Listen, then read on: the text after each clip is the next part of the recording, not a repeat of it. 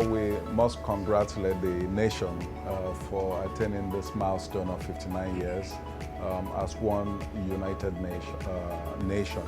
Our aspiration for the country is that it continues to be one nation and that it grows significantly and achieves its potential, which we all keep talking about. But really need to get achieved with significant growth rates, if possible, double-digit growth rates. I think that is what would take us to our rightful position as a well-structured emerging market. I do hope that the federal government would start to cut back on debt issuance for the reason that it would empower the private sector a lot more. I think in the last 3 years we've seen a crowding out of the private sector because they cannot compete with an 18% or even a 15% pricing regime. So I think that it would be a good idea if the government starts scaling back on its debt issuance. That would be a major step. I hope that we can strengthen our infrastructure and we do everything to strengthen infrastructure in the next next year. And I think as well that it would be great if we can start getting our power sector to be a lot more efficient. But all those three alone would make a very big impact on productivity in the country, and then the rest, the conversation can go on everything else. What is critical about the investment environment or about investment as we clock 59 is to ensure that we improve on the quality of our business environment. I must acknowledge that government has been doing something in that regard. We have the Ease of Doing Business Office. We have the Presidential Enabling Business Environment Council, which is chaired by the Vice President. They have been doing quite a lot, but we still have a lot more to do. We need to improve on our physical infrastructure so that productivity can be enhanced. We need to improve on our policy environment so that investors can have more confidence. We need to improve on our regulatory environment so that investors can feel a lot more comfortable doing business in this environment. Because the way to go at this time is to attract more private capital. Government, we have had that several times. Government doesn't have the revenue to power this economy. We need private capital to power the economy. And if the environment is not right, the private capital will not come. So that is what we need to do. Create the environment to inspire confidence, to attract more private capital, and the economy will be better for it. The fundamental things or issues that need to be resolved, they surround issues of competitiveness and issues of ease of doing business.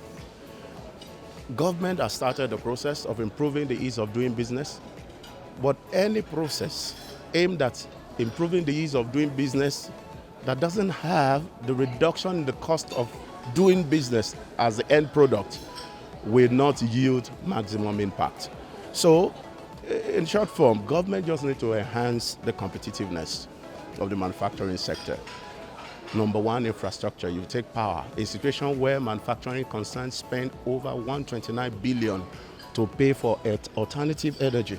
I'm talking of diesel, generator, gas, maintenance of generator, and that is outside the bill they will still pay for power gotten from the grid. So, in a nutshell, government should just enhance and also make the operating environment conducive enough of taxes left, right, center. Let's think of developing infrastructure and making our manufacturers to be able to operate in an environment that by the time the end product comes forth, the price will be competitive with other similar products from other clients, especially under AFCFTA. If you produce something at a very expensive cost, and somebody's producing similar thing in the neighboring Ghana, obviously, no one will be able to buy yours. And if you don't have what to trade at the continental trade level, if you don't have what to trade, then how do you maximize the benefits of trade? How can we improve the process through our institutions to ensure that when Nigeria is mentioned amongst countries, investors don't have to say, oh, that corrupt country, all that, but they can see that the image and the sector and institutions are stronger and attracting investment, and things can be done transparently. Okay, you want a formula. The first thing is prevention. If the tap is leaking, fix it.